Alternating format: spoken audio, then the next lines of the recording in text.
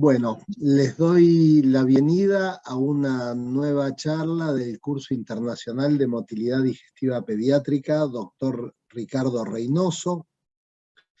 En este caso va a hablar, a ver, las diapositivas. Ahí va. Aprovechamos para hacer un recordatorio de que este sábado 11 de septiembre, se va a desarrollar el Simposio de Trastornos Funcionales Digestivos 2021 del Grupo Finders de Colombia, donde participa gente de toda Latinoamérica. También para fin de mes está el Summit LASCAN 2021, que se va a desarrollar también con disertantes de toda Latinoamérica. Y volvemos a recordar el 7º Congreso Mundial de Gastroenterología, Hepatología y Nutrición Pediátrica, que se va a desarrollar del 4 al 7 de diciembre del año 2024, para que ya nos vayamos preparando y esperando poder encontrarnos y no hacerlo virtual. Este curso de motilidad digestiva está auspiciada por la Sociedad Latinoamericana de Gastroenterología, Hepatología y Nutrición Pediátrica, por el CIDEMO, el Círculo de la Motilidad Intestinal de la República Argentina, y por la Sociedad Argentina de Pediatría. En esta ocasión nos acompaña un querido amigo motilista de los más importantes del país, el doctor Gabriel Solzi, que nos va a hablar de manometría pancolónica, desde la teoría a la realidad frente al paciente. El doctor Solzi es un gastroenterólogo infantil del Instituto Gama y del Hospital Provincial de Rosario. Fue fellow del Sanatorio del Niño de Rosario, formándose con los doctores Costaguta, Tabaco y Xiomara Reeves, y fue un Fellow Research en el Hospital de Pittsburgh, donde hizo motilidad con el doctor Carlo Di Lorenzo. Así que bueno, es un placer, querido amigo. Te cedo la palabra, Gabriel. Buenas noches, gracias Román, gracias a toda la organización. Muy contento de estar acá pudiendo contar un poco la experiencia y las dudas, que tengo más dudas que respuestas sobre esto de la manometría colónica. Vamos a compartir pantalla. Esperá que acá estamos. La idea es poder charlar sobre el tema y cualquier duda estoy a la disposición de todos ustedes. Incluso si alguno tiene las respuestas, me van a ayudar a mí también. Entonces, vamos a hablar sobre la manometría pancolónica y qué es lo que plantea la teoría y qué es la realidad cuando tenemos un paciente con la necesidad o no de hacerle una manometría colónica. Obviamente que no es fácil, después de cómo dejaron la vara nuestros amigos que hablaron sobre manometría rectal, como Ana Roca, Daniela y Gabriel Verón, y menos con la charla de Borelli de la otra vez. Pero bueno, vamos a tratar de ayudar y resolver algunas dudas. Vamos a ver introducción y generalidades de la manometría colónica, la utilidad específicamente en la enfermedad de Hirschsprung, sobre todo cuando hay una mala evolución clínica, postquirúrgica, y bueno, como decía, dudas, preguntas, respuestas o no respuestas y misceláneas. La función del colon es triple.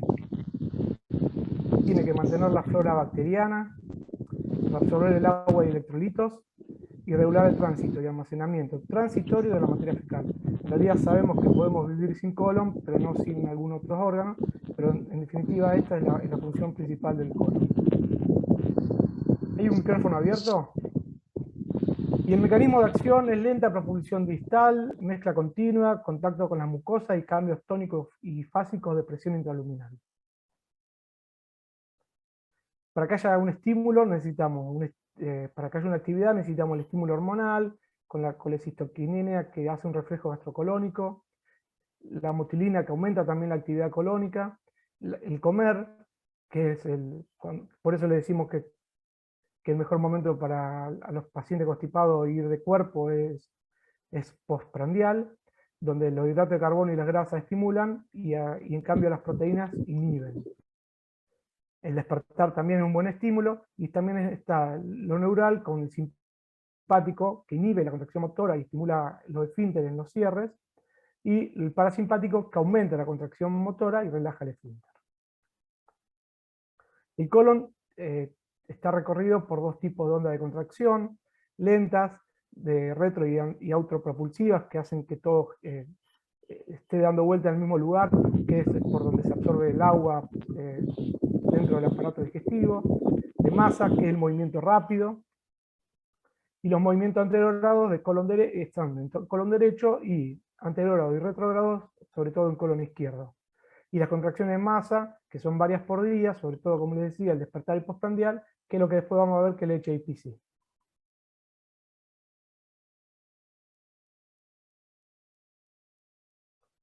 Si yo quiero evaluar el colon, tengo varias formas de evaluarlo. La estructura anatómica con endoscopías, con imágenes, radiografía, colon por enema, TAC, resonancia. Y si quiero ver su función motora, tengo también varios estudios, que ahora vamos a charlar algunos de ellos. Y la función sensitiva, que es con el barostato, que es más a nivel rectal, pero es rectocolónica, que se evalúa sensorialidad. Entonces la motilidad intestinal colónica la podemos evaluar, por ejemplo, no solamente con la manometría, sino con marcadores radiopacos. Esta es una enumeración breve, pero es un poco para introducir el tema, que los marcadores radiopacos, entiendo que casi todos lo conocen, es un estudio simple, no invasivo, con radiación mínima, reproducible. Puede mostrar de manera objetiva la presencia de constipación, y hay varios métodos. Está el simple de una cápsula y que hay que hacer una radiografía el día 4 de la ingesta de esa cápsula, o el método Metcalf, que es más conocido, que es 3 cápsulas, y que te marca mejor las horas, y se hace una placa al cuarto y séptimo día de ingerido. Y en el método Metcalf permite ver incluso las horas del tránsito intestinal.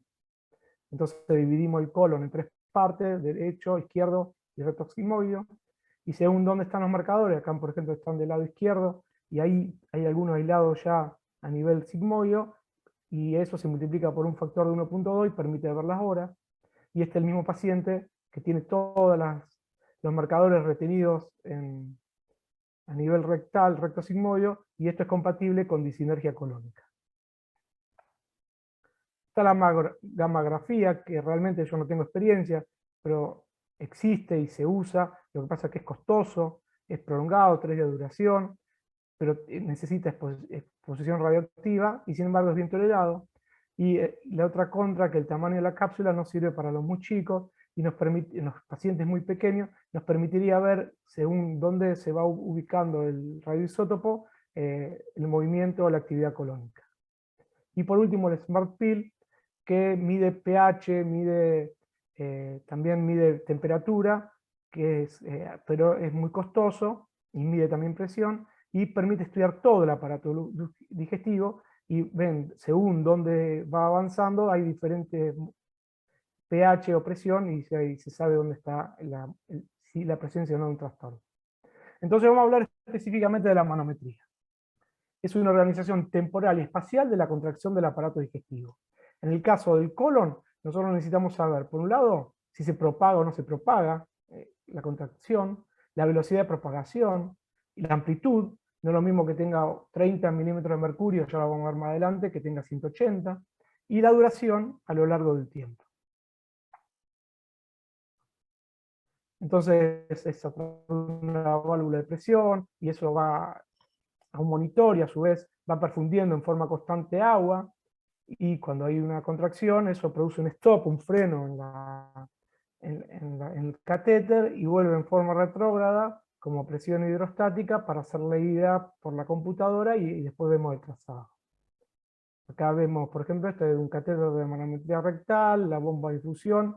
Esta es una bomba, la bomba Andorfer, que es el sistema convencional, y la foto que había presentado Román es de la manometría de alta resolución, y ahí acá estaría la computadora. Acá está con el paciente, está una colostomía, un paciente de una manometría colónica, está el paciente colostomizado, y están los catéteres y colocados en la manometría. Las características normales, ¿qué sería normal en una manometría colónica? ¿Qué necesitamos ver? Que la amplitud, que es un parámetro importante, tenga como mínimo 80 milímetros de mercurio, algunos autores hablan de 60, pero como mínimo 60 a 80 milímetros de mercurio, que dure mínimamente 10 segundos, o sea que no sea algo muy breve, que se propague por lo menos 30 centímetros de colon, si es todo el colon obviamente que es mejor, porque si una propagación que se queda en un catéter solo no sirve, o no es productiva desde el punto de vista de la motilidad.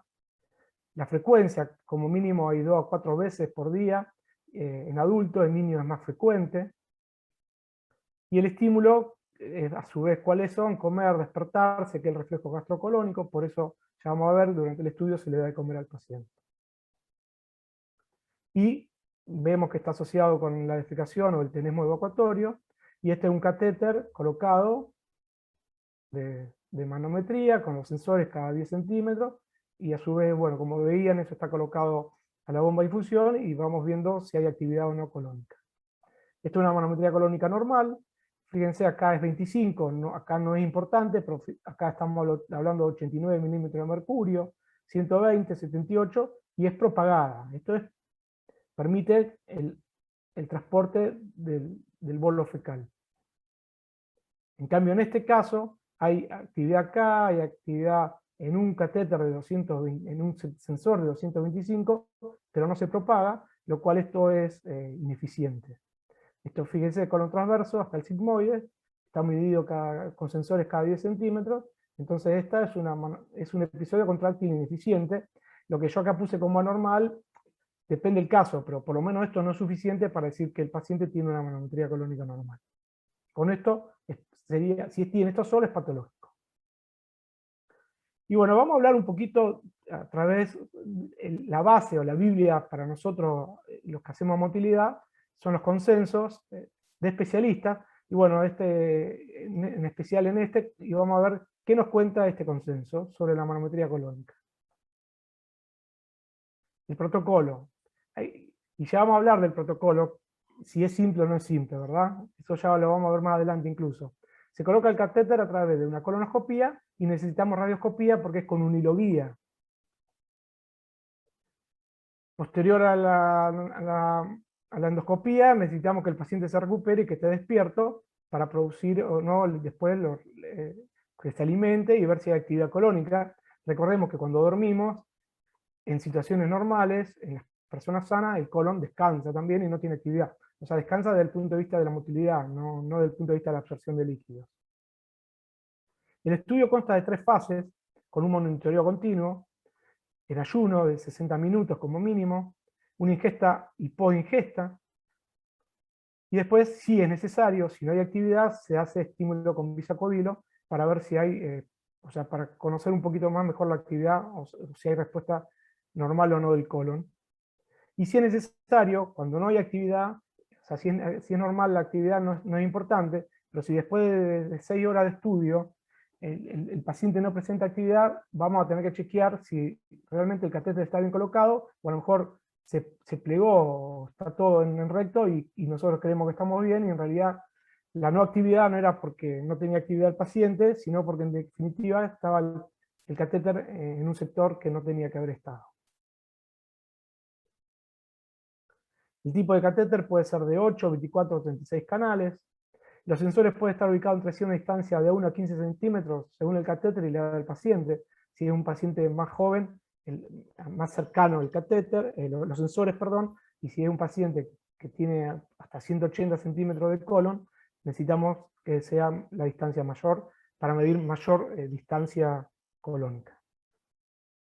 Los sistemas utilizados habitualmente son de perfusión, y ahora en estos últimos años tenemos los de estado sólido, que yo en particular no tengo experiencia. La ventaja sería que tiene un uso en forma ambulatoria. ¿Qué hacer o qué valorar cuando hacemos el informe? Tenemos que ver si hay respuesta colónica. O sea, si durante ayuno uno no espera actividad, pero bueno, si hay actividad, bienvenido sea. Sobre todo vemos qué pasa después de comer. si hay o no la presencia de ese HPC, que sería la propagación colónica normal, y si hay o no reacción postmedicación en caso que sea necesario el estímulo. Como les decía, la existencia o ausencia del HPC, la presencia de contracción propagada, si también queremos saber si hay no propagada o retrógrada, la necesidad o no del uso del bisacordilo, la deposición o no durante el estudio, es bueno que el paciente tenga deposición y qué pasó durante esa contracción. La verdad que es lindo para los que estamos en esto, ver el momento que el paciente está haciendo, incluso que está defecando, en el momento que está la actividad colónica, y en algunos constipados hasta hemos visto esos chicos retencionistas que están haciendo fuerza y uno ve el colon que está con la actividad y que quiere vencer ese esfínter que el paciente tiene cerrado. Lujo que nos damos los motilistas. Alguna vez cosas más lindas, un parque, nosotros vemos. Y a diferencia de la manometría intraduodenal, aprovechando que Borrelli algo contó, el inicio el otro día de este método, el inicio no es en el antro, sino que puede empezar en cualquier segmento del colon. Obviamente que una de las actividades empieza en cualquier segmento del colon, pero uno desea que todo el colon tenga en algún momento actividad propagada. Las indicaciones. Y ahí viene un tema interesante, lo cual limita mucho este estudio, porque, por ejemplo, diferenciar entre constipación funcional y dismotilidad colónica es un método importante, interesante, y en realidad he tenido pacientes que cuando uno después de la manometría le dice, pero mire, la verdad que es todo normal, le da mucha tranquilidad a la familia, pero a la inversa, cuando hay dismotilidad, crea un nuevo interrogante sobre la necesidad o no de cirugía. Entonces, para definir si realizar cirugía o no en pacientes constipados, refractarios. No quiero entrar en este que hablaba hace un rato con Román, ¿cuál sería un paciente refractario? ¿Qué margen de tiempo le damos a un paciente para definirlo como refractario? ¿2 años, 2 meses? Sabemos, o sea, obviamente que 2 meses no, pero a lo mejor 2 años y el paciente hizo un tratamiento intermitente y uno cree que es refractario. Decidir si reanatomizar o no cuando el paciente fue colostomizado justamente por constipación. Conocer si hay mejoría de la función motora en los pacientes que están con un tratamiento con enema anterógrado por constipación. Evaluar la función colónica en los pacientes con síntomas persistentes por Hirschsprung o una malformación anorrectal.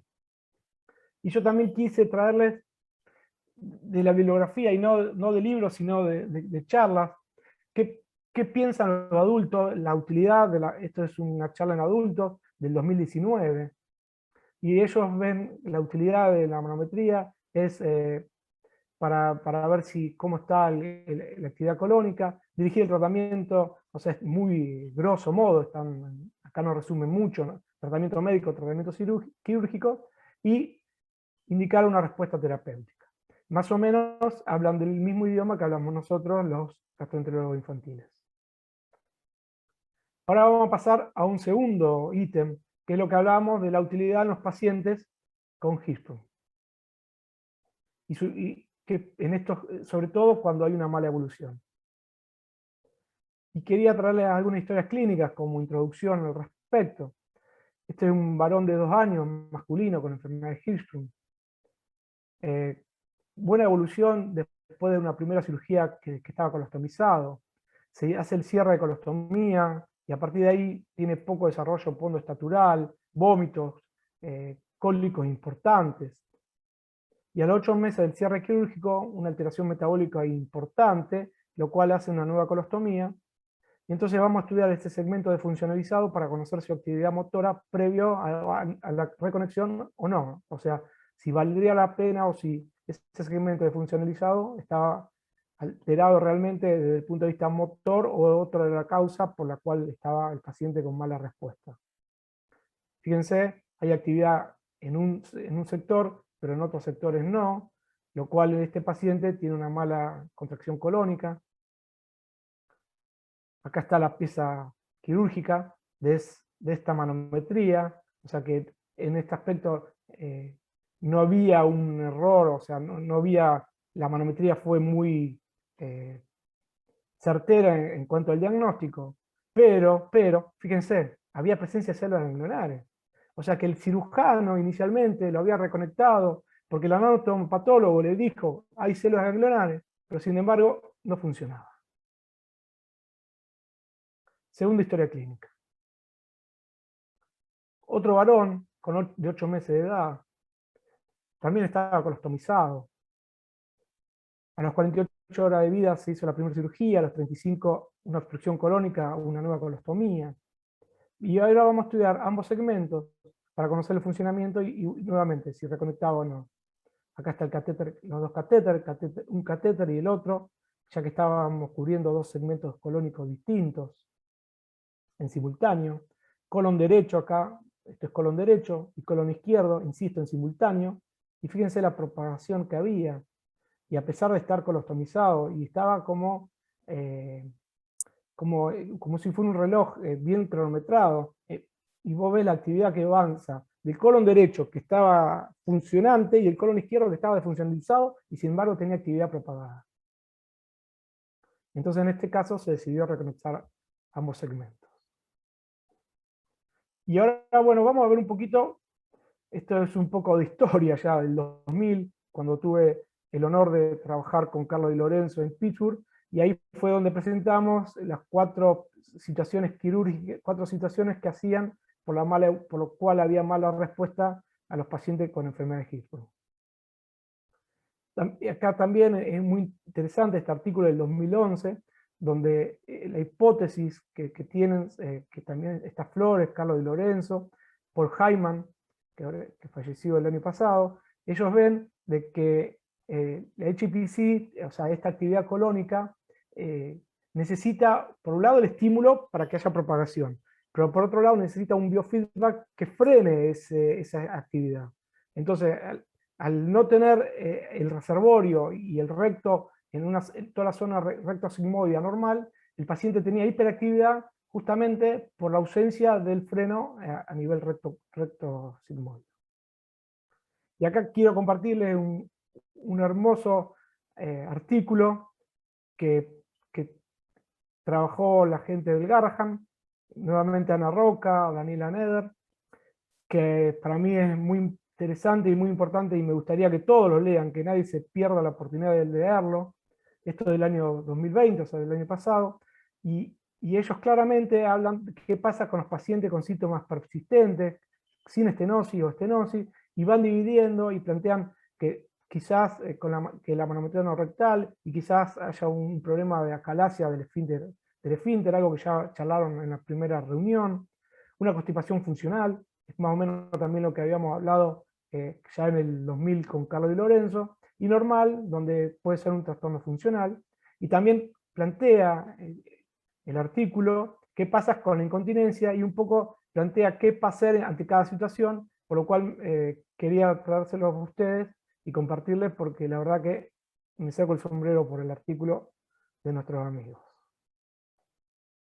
Y otra vez, quiero compartir con ustedes charlas de este año incluso, del congreso que fue en junio, si no me equivoco en junio o mayo, donde trabajan y hablan también qué pasa con los desórdenes motores y los trastornos obstructivos en los pacientes con Hirschsprung, y ellos van escalonadamente, la ausencia de reflejo, la manometría rectal primero, asegurarse, y plantean un poco lo que también estaba en el artículo que les conté del Garrahan, de revaluar la toxina botulínica, y el mismo doctor Jacob, que trabaja con el doctor Di Lorenzo, pone la foto de Di Lorenzo, y qué es lo que dice Di Lorenzo. Entonces me pareció simpático, interesante, ¿por qué no traérselo todo a ustedes? Si hay un rol para la manometría colónica en el manejo de estos pacientes, ¿hay un rol en la manometría colónica en el manejo de estos pacientes? Sí, pero solamente después de haber descartado algún trastorno obstructivo relacionado con la cirugía. Y quería también traerle un poco de grupo de pacientes que evaluamos con la manometría colónica en Hirschsprung, 36 niños, 29 eran varones, entre 6 meses y 141 meses de edad. la mayoría con cirugías previas, pero no todos. Entonces los pacientes que no tenían cirugía previa, se evaluó el colon para conocer su funcionamiento, y 2 tenían actividad patológica y 3 actividad normal.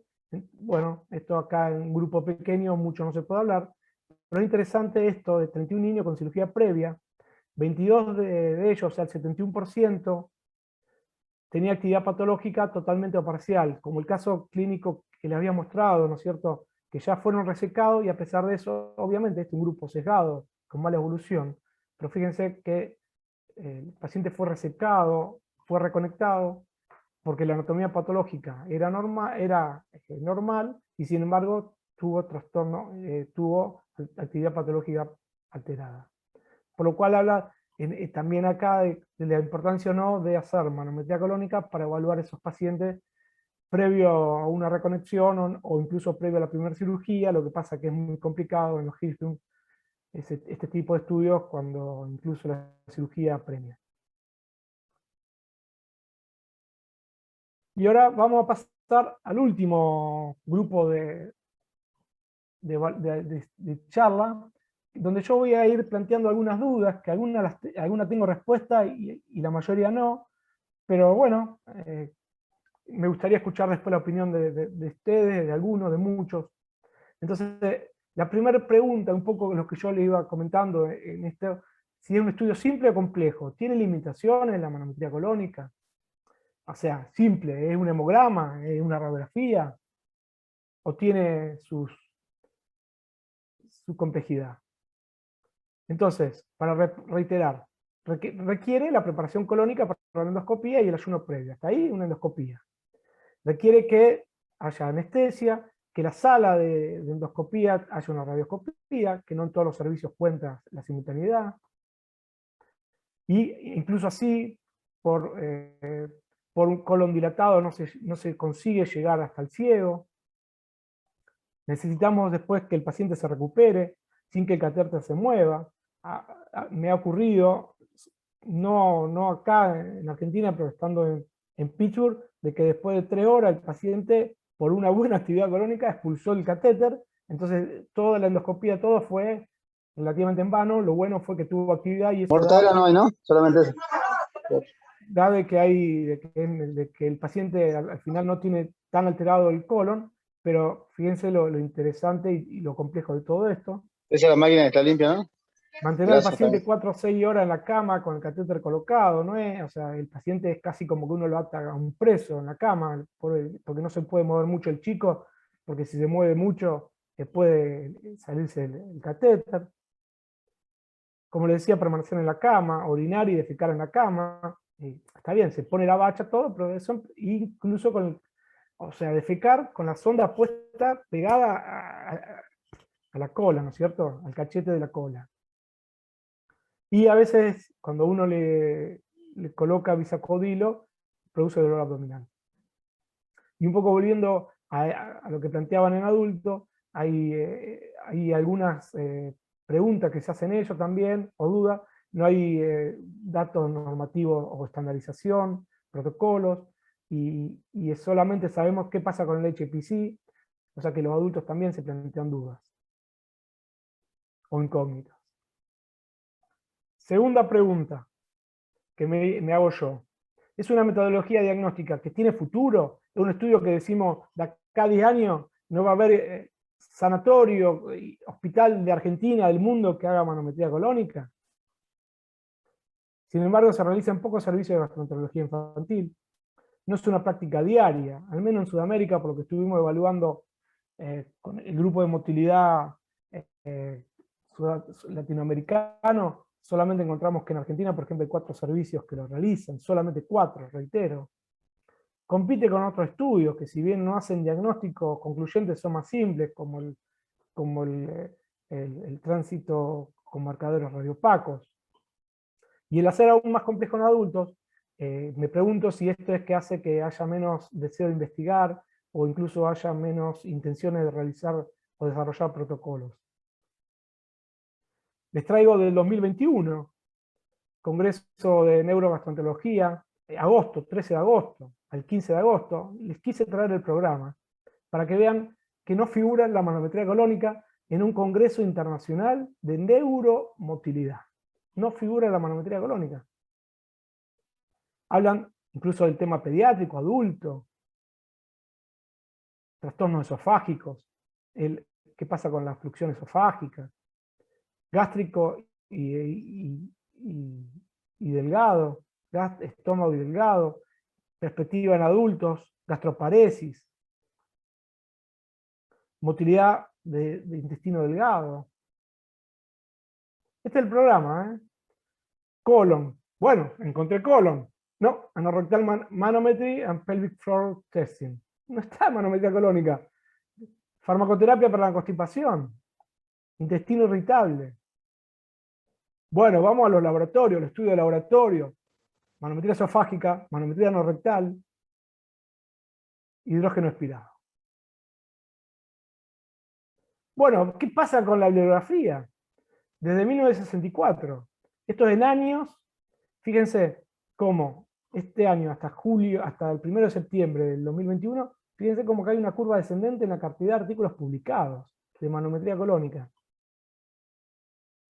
Y acá lo comparo con otros métodos de estudio de manometría, de motilidad. Fíjense la manometría de esófago, cómo van subiendo en cantidad. Década del 71 al 80, del 81 al 91, del 91 al 2000, 2001 al 2010. Cómo sube también en número la manometría no rectal. Y la manometría de colon, que estamos acá, y acá viene bajando. Y si acá lo podemos ver en número, de 632 a 2485, 2 antrodenal a 46, 80 de colon a 523, y 45 a 872. Y quise ver un poquito más la historia. ¿Qué pasa con estos estudios que yo les mostraba al principio? Manometría de colon. Fíjense la manometría de colon. El tránsito con marcadores. Fíjense la curva acá cómo va subiendo. El Smart Pill, obviamente, que es un estudio relativamente nuevo. Y la gammagrafía como también va en ascenso. Y acá fíjense, del 91 al 2000 hay hasta 600 manometría de colon, 600, y 523 en la última década. Como ven, no es un estudio que realmente hoy esté llamando a los laboratorios o a los investigadores para evaluar o seguir investigando al respecto. Vamos a otra duda que hay sobre algo más específico en el diagnóstico de la manometría colónica. ¿Permite diferenciar lo que es miopatía de neuropatía? ¿Permite o no permite? En el año 92, Di Lorenzo y colaboradores ya describían el trazado propio de la miopatía, donde no había actividad, de la neuropatía, o sea, el músculo, sin actividad el músculo no trabaja. El nervio, si está alterado, está anacrónico, o no anacrónico, aleatorio y con un trazado irregular. Y acá fíjense, en el 93, entonces ya se empezaba a hablar de que en los niños hay más actividad colónica que en un adulto, que la presencia de HPCs podría marcar actividad normal, y que los marcadores radiopacos podrían marcar la alteración, pero no distinguir la causa.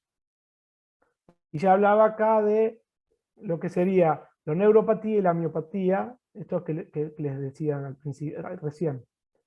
Entonces, hasta hace unos años, cuando hacíamos la manometría, veíamos constipación funcional, presencia de HPC, es funcional. Si hay ausencia de HPC, si hay contracciones irregulares, si no hay aumento de la actividad, es neuropatía. Y si no hay contracción, si es plano, es miopatía.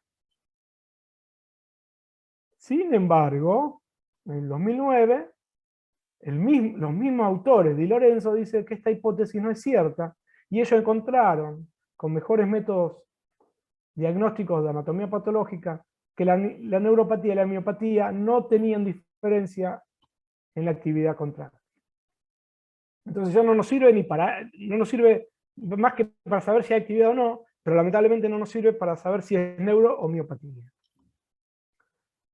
Entonces se cayó esta teoría, pero en adultos, Satish Rao insisten que sí hay patrones propios de miopatía y neuropatía, así que yo, argentino, y quedo con la duda de quién tiene razón, si hay actividad o no hay actividad propia de cada una de esas situaciones.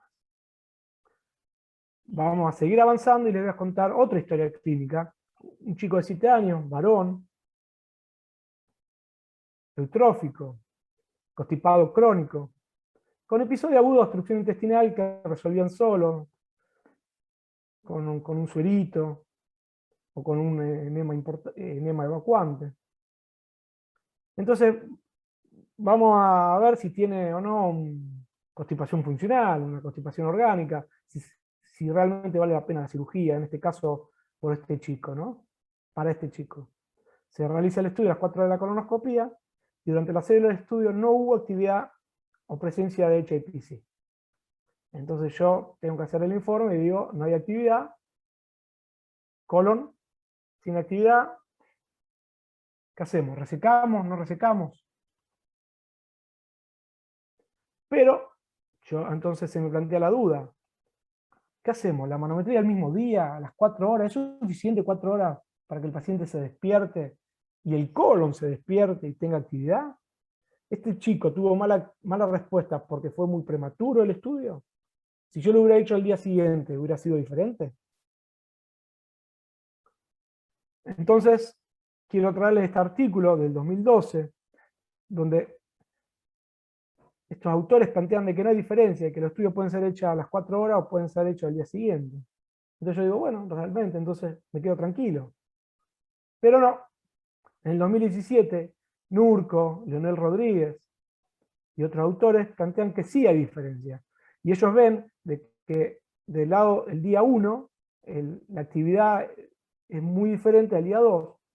Entonces el día 1 hay un 37% de pacientes de 60 que estudiaron que da actividad normal y 63% que es patológico. O sea, 38 de 60 tienen actividad patológica. O sea que si yo, por ejemplo, nos hubiéramos detenido ahí, hubiéramos dicho 38 pacientes, resequemos, porque ese colon no trabaja, no funciona. Sin embargo, fueron estudiados el día siguiente, y los 22 obviamente que respondieron de vuelta, y 38 no volvieron a ser 38, son 20. O sea que 18 fueron actividad normal. O sea que 18 pacientes, si hubiéramos quedado con este informe, hubieran sido resecados quizás, y solamente 20 fueron actividad patológica. Entonces acá lo que plantean ellos, la necesidad de pensar o no, cuando es alterado, hacerlo al día siguiente, el estudio. O sea, si el día 1 es alterado, hacerlo el día 2. Otra pregunta. ¿Qué es mejor, la manometría colónica o los marcadores radiopacos? Ya hablamos de que los marcadores radiopacos no son invasivos, es ambulatorio. Y vamos a ver un poquito. En general hay consenso que los marcadores radiopacos permiten definir un tránsito colónico normal o lento, pero si es patológico no puede saberse el segmento del colon alterado. Entonces, la utilidad en el tránsito lento con los marcadores radiopacos. Y se demostró en este artículo de Satish Rao, esto es de adultos, de que no hay una diferencia en el tipo de actividad, o sea, no hay diferencia en los marcadores, tanto para los pacientes que tienen manometría colónica normal, como miopatía o neuropatía, o sea que los marcadores no diferencian demasiado qué pasa en este tipo de pacientes constipados, o que no hay un patrón propio diferente a la neuropatía o la miopatía. Y esto en pediatría, si el tránsito marcador predice qué chico puede o no beneficiarse con una manometría colónica posterior, los pacientes con marcadores normal tuvieron manometría colónica normal, y sin embargo, los pacientes acá hay marcadores normales, tuvieron manometría colónica alterada. O sea, cuando es normal los marcadores, la manometría colónica es normal, pero a la inversa no. O sea, ¿qué es lo que quiero decir? Los 5 pacientes que tuvieron marcador normal tuvieron manometría colónica normal. Sin embargo, hay 19 pacientes con trastornos motores que tuvieron, que los marcadores daban un falso positivo o falso normalidad, ¿verdad? Entonces un estudio normal va a predecir, como estos 5 casos, una manometría colónica acorde. En cambio, si es patológico, no va a decir si la manometría es alterada. Ergo, si los marcadores están alterados, deberíamos hacer una manometría colónica en caso que deseemos que vayamos a hacer una resección colónica. Y acá otro artículo, lo traje, no es muy diferente, pero es interesante ya de 2020. Y que si el marcador llega sigmoide, es 100% predictivo en contra de inercia colónica, y que los marcadores radioopacos es un buen test de screening para descartar la inercia colónica. No permite, sin embargo, no permite ver el lugar exacto de la normalidad funcional. ¿Se acuerdan que yo le hablaba de que si cuando le hablaba inicialmente, que si los marcadores están abajo, en el tercio inferior, esto de disinergia? Bueno, este artículo plantea que no sirve para eso. Solo sirve para ver si es normal o alterado. Entonces los marcadores opacos no tienen riesgo ni complicaciones, la manometría de Colón, como les decía, es relativamente compleja, los marcadores más baratos, es más costoso, es masivo y accesible, pocos servicios lo realizan, sensitivo pero inespecífico, y acá pongo específico porque también la manometría colónica lamentablemente tiene lo que son los falsos positivos y falsos negativos. Otra duda que hay. ¿Qué hacemos? ¿Un estudio de 6 horas o un estudio de 24 horas? Sobre todo en adultos, hace más de 24 horas porque hay menos episodios de actividad colónica, entonces a veces durante 6 horas no ven suficientemente actividad colónica normal. Pero este artículo, estamos hablando en pediatría en este caso, y ellos vieron que 2 pacientes de 19 tuvieron durante las primeras horas actividad patológica y sin embargo en las 24 horas fue actividad normal. Entonces, que el estudio breve, el estudio prolongado, provee mayor información y sobre todo qué hubiera pasado con esos 2 pacientes si hubiéramos hecho solamente una manometría breve. Entonces, no solamente que tenemos dificultad de saber si lo hacemos de 6 horas o de 24, sino si lo hacemos a las 6 horas, o a las 4 horas de la endoscopía, o a las 24 horas de la endoscopía. Y un poco esto que habíamos hablado al principio, cuáles son las indicaciones, y esto es interesante, y para esto, o sea, sobre todo para los pacientes constipados crónicos que no responden, y la cirugía que sería un indicador o una guía terapéutica. Entonces, les traje otras historias clínicas breves, paciente de 12 años, constipación crónica desde los 6 meses de vida, sin soiling, sin distensión abdominal, entrófico, consulta urología porque también tenía disuria, lo cual uno puede pensar que es una pseudoobstrucción, porque ya es algo mixto. Tenía severa dilatación del colon izquierdo.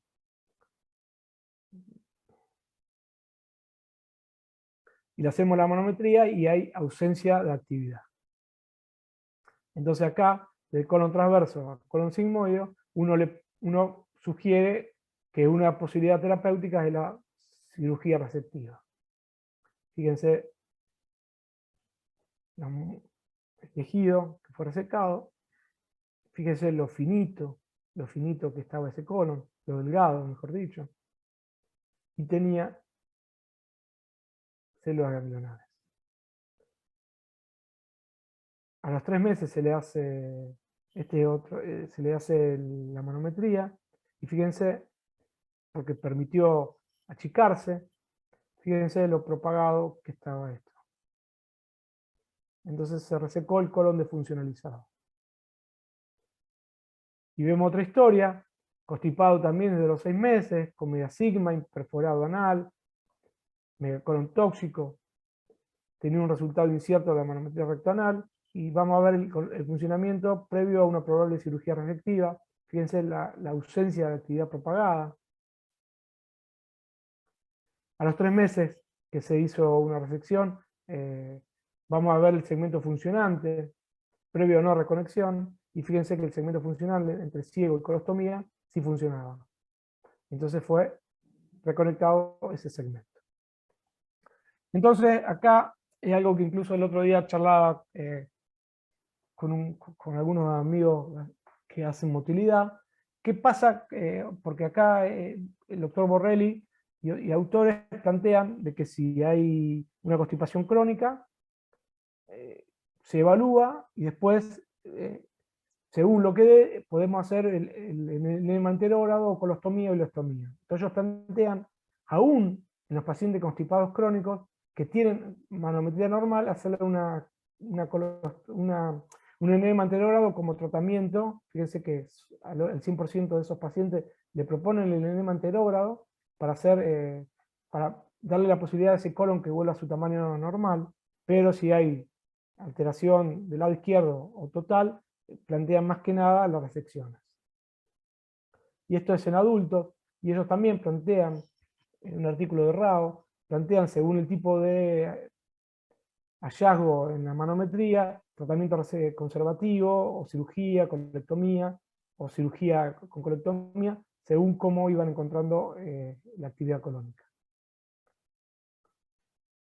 Entonces la utilidad de la manometría colónica guiando la terapia y prediciendo la necesidad o no de cirugía, ellos plantean que la manometría colónica es útil para la evaluación de estos chicos y guía el tratamiento. Y un lindo algoritmo que me pareció interesante de este artículo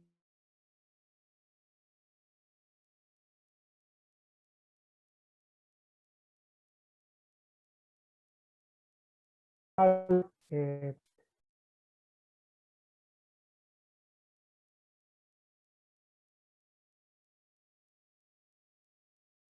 de mayo, él plantea qué pasa con los constipados, descartar enfermedades Hirschsprung, malformación anatómica, la resonancia para descartar, estamos hablando de constipados con mala respuesta, para descartar malformación espinal, o incluso tratamiento psicológico. Entonces acá está manometría no rectal, marcadores, resonancia, obstrucción, y ir avanzando. Y acá si falla la manometría colónica, lo primero la irrigación retrógrada como método de tratamiento inicial, y posterior a eso, si falla, hacer la manometría colónica, que no es lo mismo que plantea en el artículo que les mostré. Y luego la manometría colónica, que puede ser normal, ahí sí, otra vez, un enema anterógrado, neuromodulación, o ostomía o anastomosis. Entonces, acá quise aprovechar nuevamente el resumen que plantea el doctor Borrelli para el constipado crónico, que la manometría colónica lo deja como último, fíjense, al final, el final, para guiar el tipo de cirugía y el manejo quirúrgico. Otra pregunta. Bueno, estamos hablando de manometría colónica y acá hay pocos centros, pero ¿es frecuente el uso de la manometría colónica en Estados Unidos, que es el primer mundo? Y se hizo una encuesta en el 2016 a gastroenterólogos de motilidad, también a cirujanos, y ellos encontraron, o sea, 74 médicos, se le hizo una encuesta sobre el uso de distintos métodos para evaluar al paciente en la constipación funcional y qué hacer antes de una cirugía, si hacer cirugía o no, y cómo manejarlo. Fíjense que, bueno, qué pasa con el examen digital, con la radiografía, hasta rutinariamente un 54% pide radiografía, un 20% pide manometría, un 11% solamente de manometría colónica. No lo tienen disponible a la manometría colónica un 24%, nunca pide manometría un 30%, a diferencia de otros métodos. O sea que tampoco es tan frecuente en Estados Unidos, o no es tan masivo el uso de la manometría colónica. Y para ir terminando, quise traerles un artículo que me pareció muy interesante sobre los efectos de distintos fármacos, cómo lo vemos a través de la manometría colónica, del 2021 este artículo, y ellos ven que el polietilenglicol actúa estimulando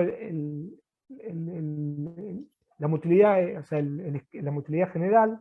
El bisacudilo, que para eso lo usamos también como estímulo, induce el HPC, y el prucalopride estimula la amplitud del HPC, lo cual los autores plantean que por qué no usar en forma mixta el bisacodilo con el prucalopride en los pacientes constipados refractarios.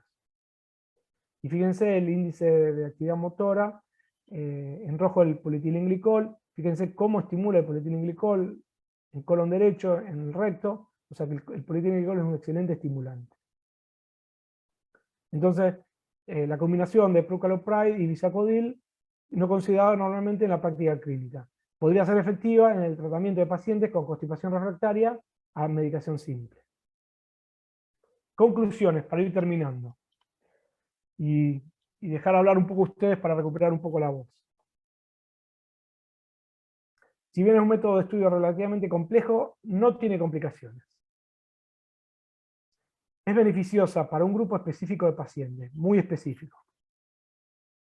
Debería ser tenido en cuenta previo a la cirugía resectiva en constipados crónicos no respondedores,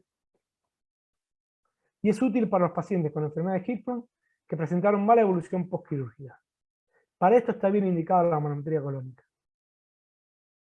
Y para finalizar, quise traer esta frase de Cochrane, un médico inglés, que antes de ordenar una prueba decide qué harás si sale positiva o negativa, porque si ambas respuestas son iguales, no pida la prueba. Muchas gracias.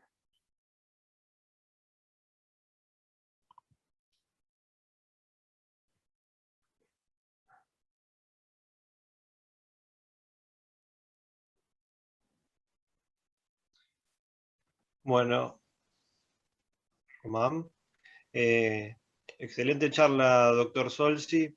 Quedamos abiertos a las preguntas del grupo de motilistas inicialmente y luego aceptaremos las preguntas del resto de los invitados. Bueno, Gabriel, excelente, me encantó, me encantó. La verdad que fue una charla para abrir la mente. Siempre, yo sé que sos un estudioso de lo último en cada cosa o cada estudio que te propones, pero además, esto lo digo porque la gente por ahí no lo sabe, Gabriel te hace una comparación de lo que sale en Twitter el último día por los capos en motilidad a nivel mundial, lo compara con el consenso con lo que se hace en la realidad, manda por Twitter, pregunta, pone, es un genio, y esto se vio en esta charla, que es así, es todo lo último de lo último, con preguntas, con dudas, con cosas que por ahí... No, por ahí están escritas en un consenso, pero uno también tiene que a veces pensar, bueno, a ver, se plantea que la manometría colónica se hace para todos estos pacientes, pero ¿es posible? ¿Es tan fácil? Es verdad, nuestra realidad no es tan sencilla.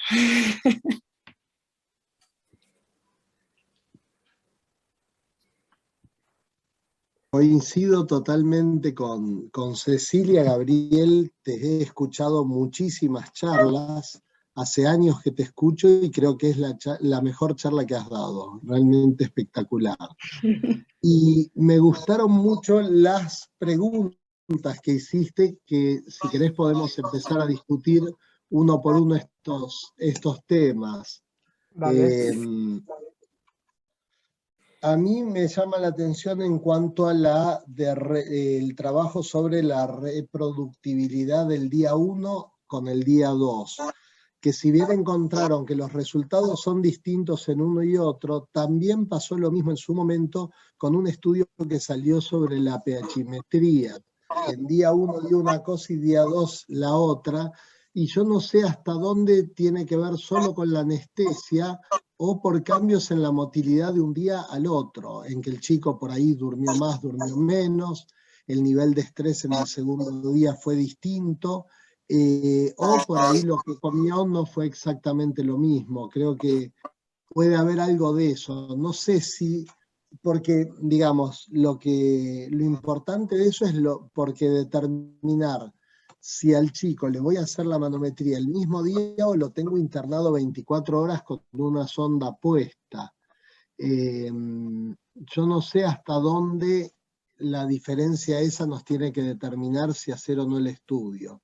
Mirá, Román, hay varias veces se ha planteado que el colon vaciado para hacer justamente la colocación a través de la endoscopia entonces el colon a veces muy dilatado, cuando lo vacían, se permitiría ver que el catéter más cerca tiene mejor contacto con la pared y podría sentir mejor si hay actividad o no. Entonces eso podría decir ser un falso de la realidad del día a día, pero se ha demostrado que eso no variaría. Yo creo que influye un poco al segundo día, como decís vos, y que el colon está un poquito más ocupado, más cargado, o más real, y con menos aire. Entonces no es solamente un problema de anestesia, sino un problema del aire. Y debe haber otros factores, evidentemente, pero no está claro, realmente no está claro. Y ahí está el tema, porque si no está claro, y yo esto lo hablé con los amigos, o sea, a ver, y esto es medio un poco, uno hace, digamos, algo de la historia de vida. Yo elegí medicina por una historia familiar, porque mi viejo era médico, porque me gustaba, pero nunca me fui acercando para el lado quirúrgico, sino para el lado funcional. Mi viejo era psiquiatra y quizá a mí me hubiera gustado en su momento incluso ser psicólogo. Entonces yo no me siento capacitado, pero por una cuestión propia de decir, vamos a operar o no con total vehemencia. Entonces todo esto me crea duda a mí también, porque una cosa es decir, mirá, o sea, es más fácil decir, mirá, vamos a darle nitazoxanida para una parasitosis, pero vamos a resecar 50 centímetros de colon por una constipación. Bueno, ojito, no es lo mismo, ¿no? Entonces es un compromiso mayor de algo que mi salud mental propia, yo no sé si estoy preparado para decirlo con facilidad, eso es lo que quiero decir. Entonces estos métodos, los que hacemos motilidad, somos justamente los que hacemos cuestiones funcionales, y no somos los que estamos del lado de la cirugía. Estamos preparados y con otra piel nosotros. El tema es que también estos pacientes que llegaron a una manometría colónica, por ahí lo que uno tiene que pensar es que son pacientes que ya también se han hecho seguramente los marcadores colónicos, se ha hecho algún estudio de contraste, ya venimos como teniendo quizás algunos indicios. Yo sí estoy de acuerdo que si uno tiene una manometría colónica suelta, sola, no es suficiente para decidir si resecar o no un colon. Pero cuando uno se apoya de otros estudios, que todos van dando más o menos el mismo patrón o nos van dando el mismo diagnóstico, por ahí eso nos facilita un poquito, y ahí está el score o el cuadro de Borelli que presentaste a lo último, que bueno, uno va como haciendo distintas etapas, distintos estudios y bueno, y ya por ahí es el punto final que termina de definir la manometría pancolónica, ¿no? Sí. Una pregunta, pues. Dale, Amanda, dale. Estás muteada, Amanda.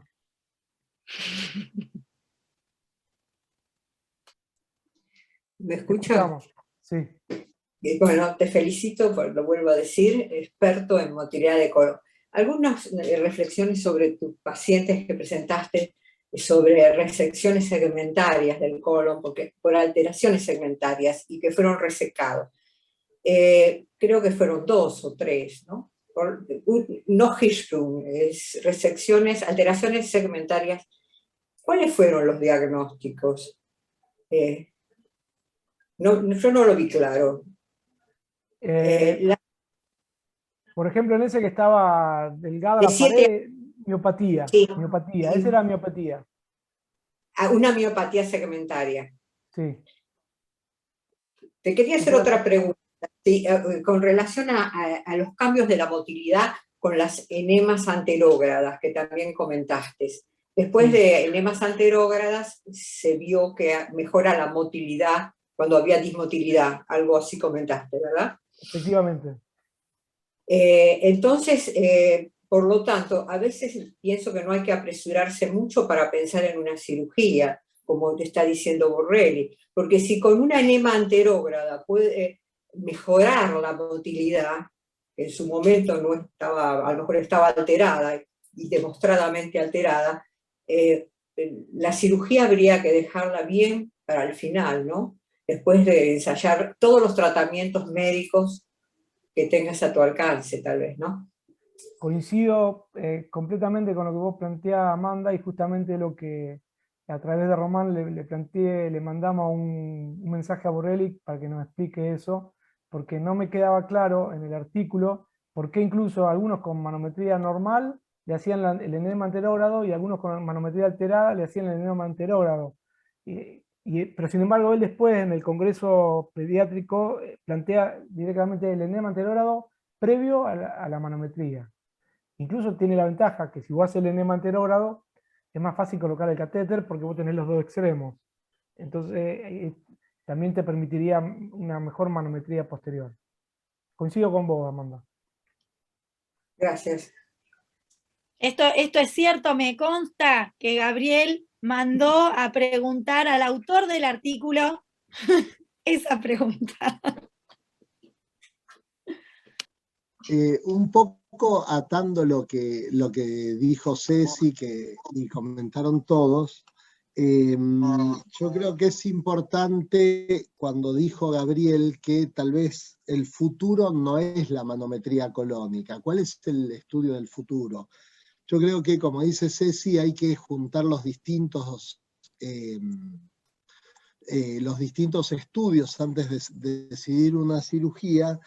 Y yo no creo que la Smart Pill tampoco sea la gran solución al tema, porque la Smart Pill es muy segmentaria, no nos permite ver la propagación, toma un segmento solo, una pared sola, así que no creo que sea tampoco, la gamma cámara tampoco. Yo creo que un estudio que nunca he hecho, que estoy tratando de hacer en el hospital, pero no tuve la suficiente recepción por parte de radiología, es la resonancia magnética dinámica, que yo vi presentaciones incluso de Carlo Di Lorenzo en algunos congresos, donde muestran la resonancia magnética dinámica y uno viendo la imagen, es una imagen totalmente anatómica y fisiológica que creo que puede ayudarnos aún más que la manometría colónica.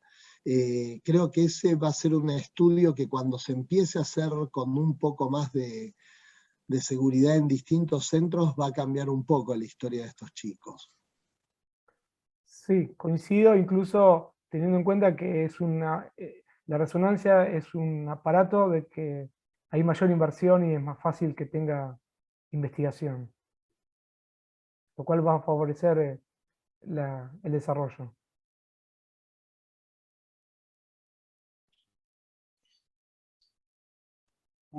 Bueno, coincidiendo con lo que decía la doctora Varela, que el doctor Leonel Nurco comentó en algún momento de hacerle dos manometrías, ¿no? Una manometría colónica inicial al paciente constipado funcional refractario, hacerle una ileostomía o enemas anterógrados y después repetir una manometría colónica para ver si mejora lo que es la motilidad y en función de eso decidir o no la resección quirúrgica.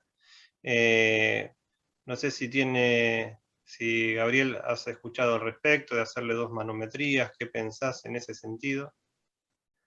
Sí, o sea, estamos de acuerdo, Julián, incluso fíjate que yo traje algunos casos al respecto, pero me parece que ahora es más práctico esto, ¿no es cierto? Hacer un enema anterógrado y darle el changüí a ver qué pasa con ese colon, ser menos invasivo, lo que no quita que, ojo, que cuando el paciente está colostomizado es mucho más fácil incluso la colocación, y en el caso particular de cada chico, o sea, uno habla de colostomizado también como si fuera algo banal, y realmente, pobre chico, ir colostomizado a la escuela no es pavada, pero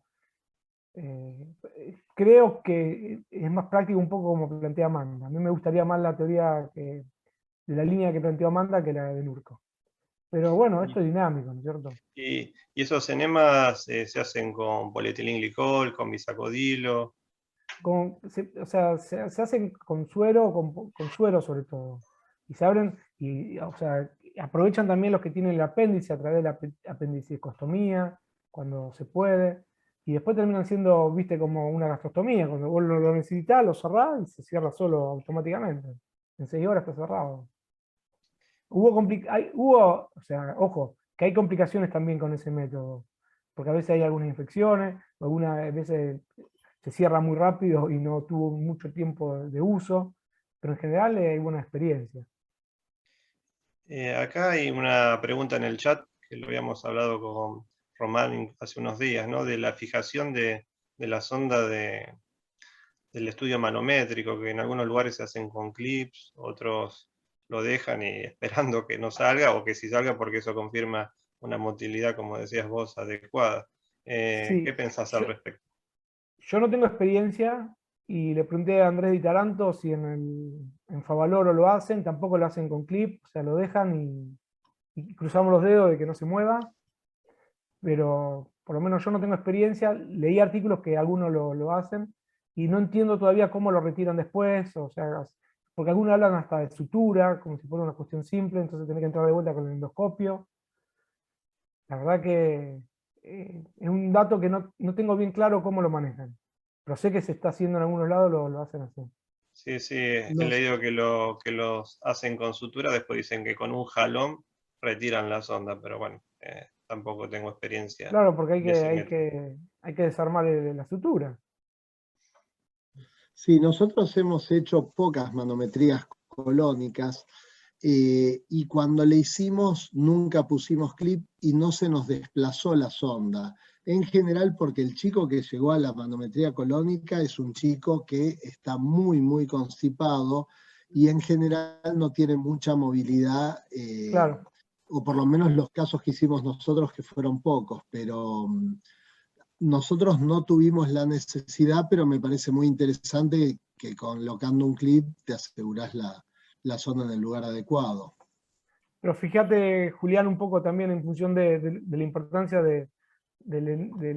cuando tenemos la colostomía o un enema anterógrado, o sea, poder tener las dos puntas y fijar las dos puntas afuera, lo simple que te permite todo, porque estás seguro que no se movió, que no se corrió, e incluso la colocación es más fácil, ¿no es cierto? Yo creo que igualmente antes de un enema anterógrado, algo que es relativamente nuevo, son los lavados rectales con un sistema con peristín que se están haciendo.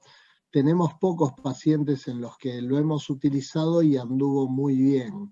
Que es un sistema nuevo que se está utilizando. Obviamente es mucho más sencillo y menos invasivo que hacerle una secostomía o una apendicostomía al paciente.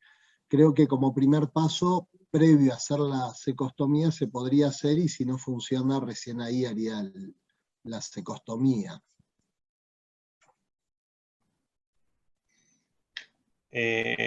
Gabriel, ¿qué pensás con respecto de la manometría pancolónica de alta resolución con respecto a la convencional que se venía haciendo antes o que se sigue haciendo en algunos lugares?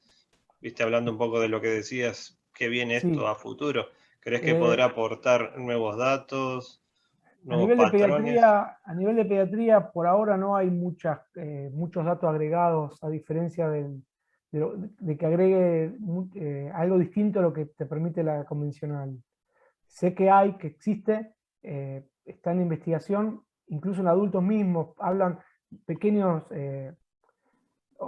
nuevos grupos de patrones motores, que sería de low APG, o sea, actividad baja, pero no se saben incluso para qué sirven. Entonces, es todo en investigación. Pero todavía en pediatría, sobre todo, no sabemos para qué serviría la alta resolución. Obviamente que el trazado es hermoso, vos ves parecido, digamos, a lo que se ve en un esófago de alta resolución o no, pero no hay un cambio, a diferencia, por ejemplo, del esófago, que vemos lo que es una manometría convencional contra Chicago 4 o 5, ¿no? Contra Chicago 3 o 4. Okay.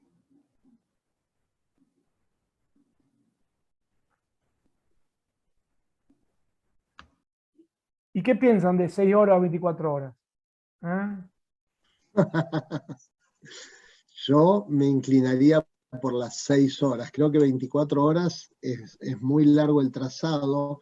El trabajo que comentaste de Marc Benning y Carlo Di Lorenzo, hubo 2 de 19 pacientes donde fue muy útil el tema de las 24 Ajá. horas. Sin embargo, fueron 2 de 19 nomás.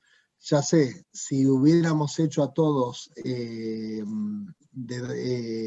6 horas, esos 2 pacientes hubieran sufrido por ahí un tratamiento que no es el adecuado. Pero estadísticamente solo 2 de 19 encontraron ventajas en la manometría de 24 horas con respecto a las de 6 horas. Depende también del centro, cómo se puede tener el paciente y todo, ¿no? Sí, y el paciente realmente, o sea, para el paciente es muy incómodo tener pegado al lateral derecho o izquierdo del ano el catéter y evacuar con el catéter colocado, y en la cama es muy incómodo. Realmente el paciente, obviamente que depende de la edad, si tiene 3 meses no es lo mismo, pero un chico de 4 o 5 años sufre bastante, por más que se le ponga la televisión, que se le dé juegos, son los momentos más tensos que se producen durante el estudio, porque la incomodidad del paciente es manifiesta. Hay una pregunta en el chat y dice, ¿qué experiencia tenés, Gabriel, en la manometría colónica en los pacientes con pseudoobstrucción? En realidad la pseudoobstrucción es un método, es un estudio, o sea, es una patología que la manometría colónica sirve bastante. No tiene la misma utilidad, por ejemplo, que la antroduodenal, donde es más diagnóstica o incluso la necesidad o no de nutrición parenteral o incluso trasplante. Como decía al principio, el colon no es indispensable para la vida, en cambio el duodeno o el delgado sí. Pero no hay duda de que cuando hablamos de constipación crónica refractaria, ahí entraría dentro de esos pacientes la pseudoobstrucción. Sí, de hecho, algunos plantean el paciente donde uno lo está tratando, como vos decías, un constipado funcional refractario que le hace la manometría colónica, que está pensando en resecarlo, dice, pero puede tener una dismotilidad de todo el tracto intestinal y hacen vaciamiento gástrico, antroduodenal, antes de resecarlo para ver si no hay algo más, porque si es un paciente con una dismotilidad generalizada, le resacas el colon, va a seguir sin funcionar como corresponde. Buen aporte, me parece muy bien lo que decís.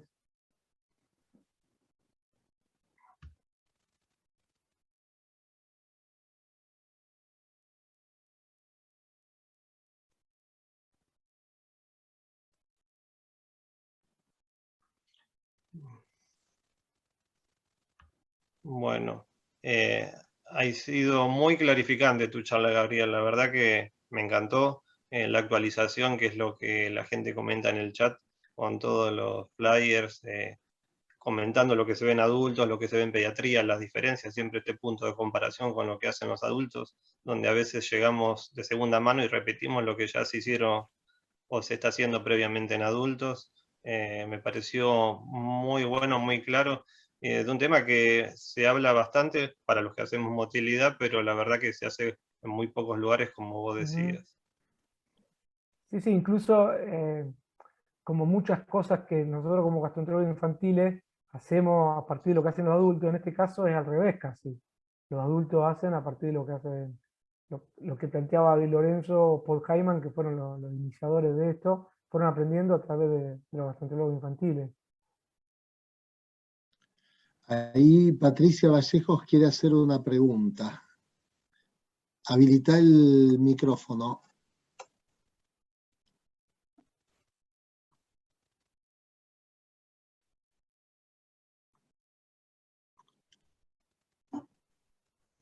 Tiene la mano alzada, pero A lo mejor está gritando un gol y que no sabemos cómo va. sé que hizo un gol Messi ya. Mirá, Rosarini Patricia, ¿querés leproso como escribir otro vos. leproso más, otro la leproso más. pregunta en el Otro chat? leproso.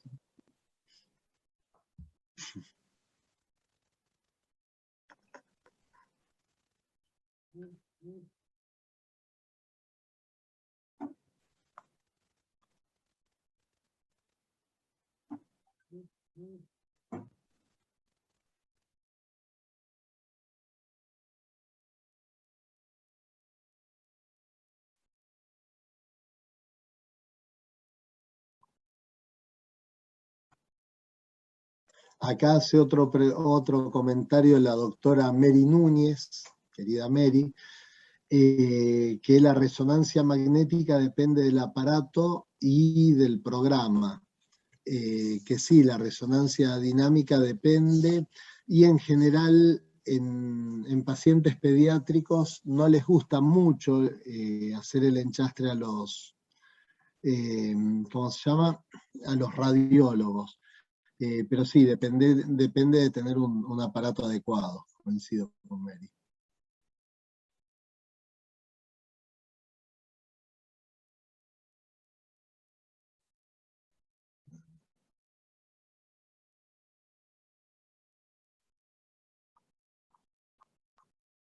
Bueno, no hay más preguntas del chat, ¿no?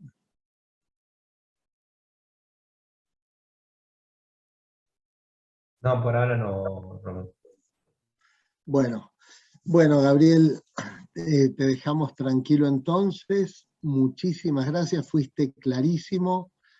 Planteaste unas dudas que todos tenemos y que seguramente seguiremos discutiendo en la semana, con vos, con Ceci, Andrés, Ana, como siempre. Así que, bueno, muy, muy bueno. Muchas gracias a todos por participar. Vemos felicitaciones de todos lados, gente de toda América, que realmente es un curso que ha tenido un éxito bárbaro en toda Latinoamérica y da gusto que podamos compartir experiencias. Muchísimas gracias, Gabriel, y felicitaciones. Muy bueno lo tuyo.